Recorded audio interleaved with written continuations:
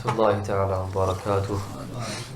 الحمد لله والصلاة والسلام على رسول الله وعلى آله وصحبه ومن والاه وبعد.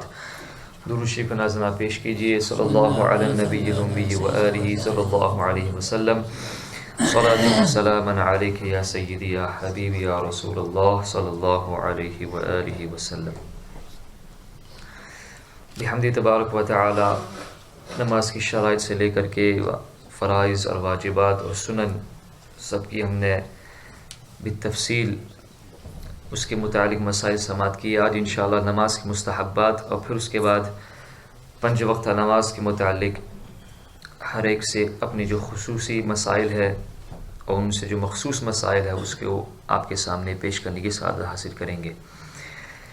بسم اللہ الرحمن الرحیم. نماز کی مستحبات یعنی مستحب وہ کہ جس کا کرنا بہت اچھا ہے اور کرنے والا اجر و ثواب پائے گا. مستحبات ادا کرنے سے نماز اکمل و مقبول ہوگی انشاءاللہ.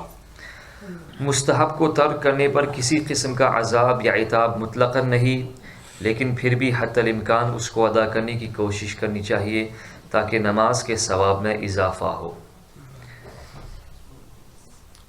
پہلی جو بات ہے نیت کے متعلق وہ یہ کہ عربی میں زبان میں نیت کرنا یہ مستحبات میں سے ہے، لیکن جیسے کہ ہم نے پہلے عرض کیا تھا کہ اگر آپ نیت کریں تو اس میں آپ کو نیت کی جو حقیقت ہے وہ یہ کہ عزم ہونا، ارادہ ہونا کسی شے کا، کسی چیز کا.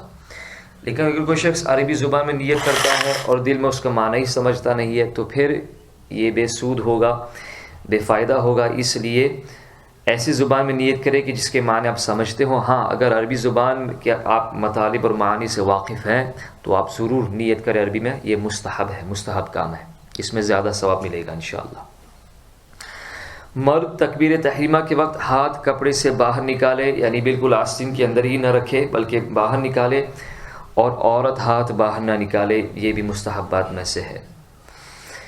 بلا حائل یعنی کسی روک یا کسی چیز کے بیچ میں رکاوٹ بنے بغیر زمین پر ڈائریکٹ سجدہ کرنا. زمین پر ڈائریکٹ سجدہ کرنا یعنی مصلی یا کسی کپڑے یا چٹائی پر نماز پڑھنے کے بجائے زمین پر نماز پڑھنا یہ زیادہ افضل و اعلیٰ اور مستحب کام ہے.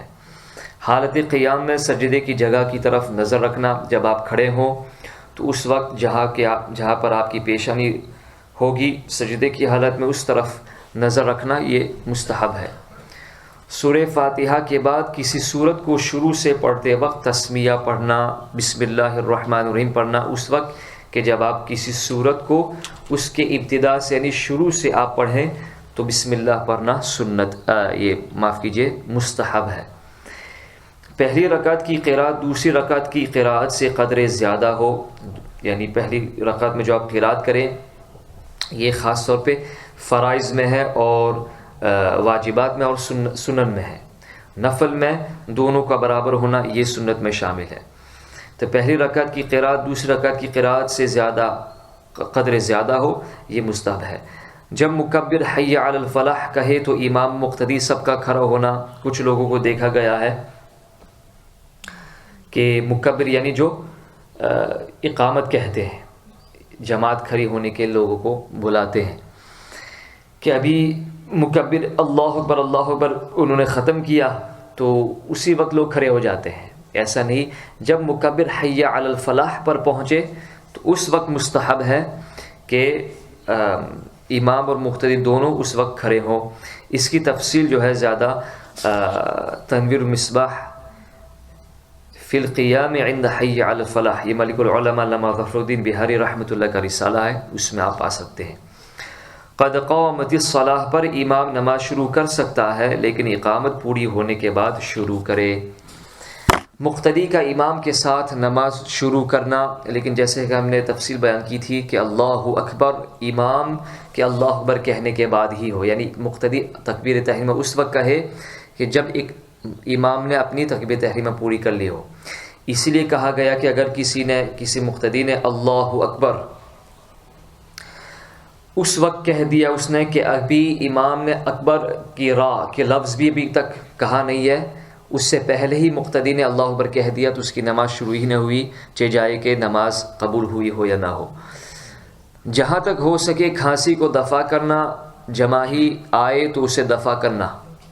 جماہی جسے یوننگ کہا جاتا ہے انگلش میں، اس کے روکنے کا بہت ہی مجرب طریقہ جو ہمارے اسلاف نے بیان فرمایا وہ یہ کہ اگر منہ بند کرنے سے بھی جماہی نہ رکے تو ہونٹ کو دانت کے نیچے دبانا چاہیے، اور اگر اس طریقے سے بھی نہ رکے تو اگر حالت قیام میں ہے تو داہنے ہاتھ کی پشت سے منہ ڈھانک لے۔ قیام میں چونکہ اپنا داہنا ہاتھ اوپر ہوتا ہے تو اس کے ساتھ جب جماہی آئے تو اس طرح روک دے، اور قیام کے علاوہ کی حالت میں بائیں ہاتھ کی پشت سے منہ ڈھانک لے۔ اور جماہی روکنے کا مجرب طریقہ یہ ہے کہ دل میں یہ خیال کرے کہ انبیاء کرام اور خصوصاً حضور اکرم صلی اللہ علیہ وسلم کو کبھی بھی جماہی نہیں آتی، کیونکہ جماہی آنا یہ شیطان کی طرف سے ہے، اور تمام رسولان اعظام انبیاء کرام شیطان کے اثر سے محفوظ و مامون ہے، اس لیے اللہ تعالیٰ نے ان سب کو جماہی سے بھی محفوظ و مامون رکھا۔ اور جماہی ویسے بھی آتی ہے، وہ تو ہمیں بھی آتی ہے، سب کو آتی ہے، لیکن اس میں یہ ایک طریقہ ہے کہ اللہ تعالیٰ مومن کو ہمیشہ چست دیکھنا چاہتا ہے، اور مومن کا سستی دکھانا، سستی کا اظہار کرنا یہ اس کو زیب نہیں دیتا، اس لیے جماہی کو مکروہ لکھا گیا ہے، اور جہاں تک ہو سکے جماہی کو روکنا چاہیے، دفع کرنا چاہیے نماز کی حالت میں علل خصوص۔ رکوع میں 3 مرتبے سے زیادہ کم از کم 5 بار سبحان ربی العظیم پڑھنا یہ مستحب ہے۔ رکوع میں پشت قدم پر نظر رکھنا، سجدے میں 3 مرتبہ سے زیادہ کم از کم 5 مرتبہ سبحان ربی الاعلیٰ پڑھنا یہ مستحب ہے۔ سجدے میں ناک کی طرف نظر رکھنا، دونوں سجدوں کے درمیان اللہم اغفر لی کہنا، یعنی جلسے کی حالت میں جب آپ ایک سجدے سے اٹھے اور جلسے میں آپ جب بیٹھے دوسرے سجدے میں جانے سے پہلے وہ جو حالت حیت ہوتی ہے اسے جلسہ کہا جاتا ہے، یہ واجب ہے، اس میں ٹھہرنا ایک سبحان اللہ کہنے کی مقدار۔ تو اس درمیان اللہم اغفر لی، بعض روایت میں اللہم اغفر لی واہدنی وارحمنی وعافنی یہ بھی لکھا ہے، اس میں پڑھ سکتے ہیں آپ۔ جس قاعدے میں درود شریف پڑھنے کا حکم ہے اس میں درود ابراہیمی پڑھنا، کون سے قاعدے میں؟ ہاں قاعدہ اخیرہ میں، وہ تو ظاہر سی بات ہے، اور قاعدہ اولا سنت غیر مؤکدہ اور نفل کے قاعدے میں جو قاعدہ اولا ہوتا ہے اس میں بھی درود شریف پڑھنے کا حکم ہے، اس میں بہتر یہ ہے کہ آپ درود ابراہیمی پڑھیں، لیکن وہ ہی صرف درود شریف نہیں ہے۔ بعض لوگوں کو میں نے یہ بھی وضاحت کی تھی کہ بعض لوگ یہی سمجھتے ہیں کہ صرف درود شریف وہی ہے۔ نماز کی حالت میں قاعدہ میں جہاں درود شریف پڑھنے کا حکم ہے تو مستحب یہ ہے کہ درود ابراہیمی پڑھا جائے، لیکن اور حالتوں میں صرف یہ نہیں کہ آپ درود ابراہیمی ہی پڑھ سکتے ہیں۔ بعض لوگ ہمیں تانا دیتے ہیں آپ درود تنجینہ پڑھتے ہیں، درود تاج پڑھتے ہیں، یہ پڑھتے ہیں، درود مستغاث پڑھتے ہیں وغیرہ۔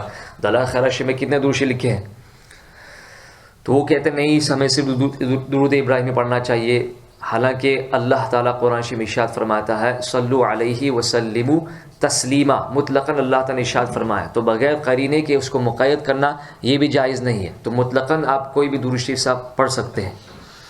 درود شریف میں حضور اکرم صلی اللہ علیہ وسلم اور سیدنا ابراہیم خلیل اللہ علیہ السلام کے نام کے آگے سیدنا، غالباً سیدنا ہی ہوگا، اللہم صلی اللہ سیدنا کہنا یہ مستحب ہے، اس میں زیادہ ادب بھی ہے اور زیادہ ثواب بھی آپ کو ملے گا۔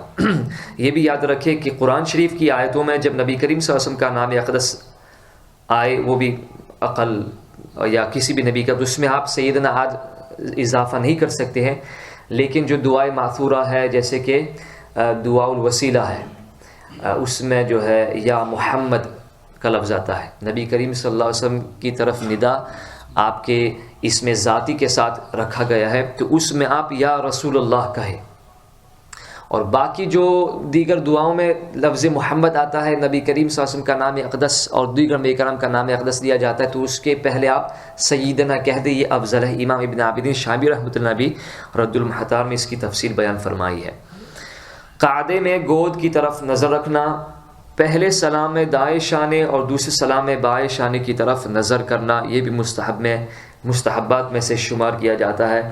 اور آخری مستحب آپ کے سامنے بیان کیا جاتا ہے کہ جس جگہ فرض پڑھے ہوں اس جگہ سے ہٹ کر سنت پڑھنا یہ مستحب میں سے، یعنی جہاں آپ نے فرض ادا کیے ہوں اس سے بائیں دائیں آگے پیچھے ہو کر کے آپ اپنی سنت ادا کریں تو انشاءاللہ اس میں زیادہ اللہ تعالیٰ آپ کو ثواب عطا فرمائے گا۔ اللہ تعالیٰ ہم سب کو مسائل شرعیہ سیکھنے، اس پر عمل کرنے کی توفیق عطا فرمائے۔